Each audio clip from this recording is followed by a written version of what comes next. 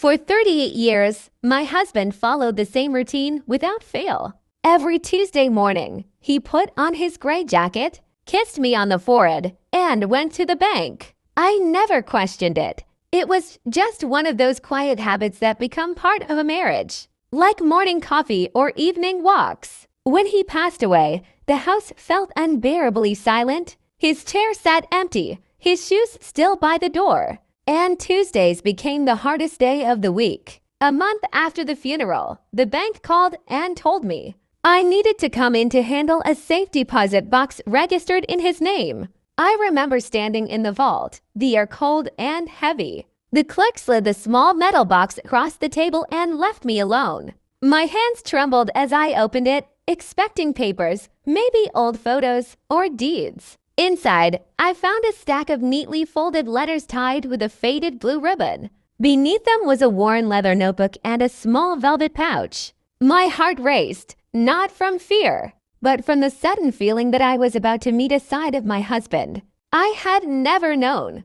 The letters were addressed to me, dated over decades, one for nearly every year of our marriage. In the first letter, he wrote about how afraid he was of not being a good husband, of not giving me the life I deserved. I felt tears slide down my face as his familiar voice came alive on the page. As I read on, I realized these letters were never meant to be sent. They were confessions of love, guilt, hope, and gratitude. Every Tuesday, he had been writing to me, recording moments he was too shy or too proud to say out loud. The notebook explained the velvet pouch. Inside it were small savings, added little by little. He had written. As I read on, I realized these letters were never meant to be sent. They were confessions of love, guilt, hope, and gratitude. Every Tuesday, he had been writing to me, recording moments he was too shy or too proud to say out loud. The notebook explained the velvet pouch.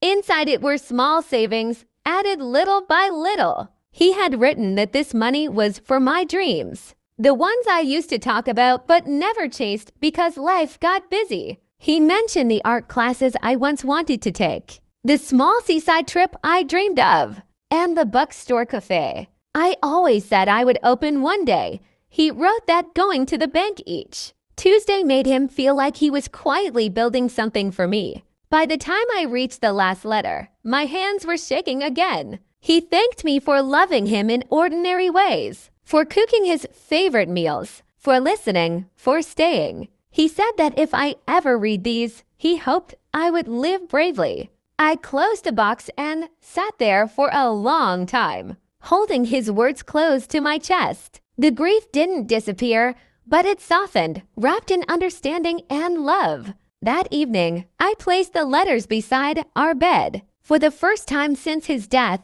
I slept peacefully, feeling as though he was still watching over me. Now, every Tuesday, I do something just for myself. Sometimes I paint, sometimes I plan, sometimes I simply remember. And in those quiet moments, I finally understand why he never missed a single Tuesday.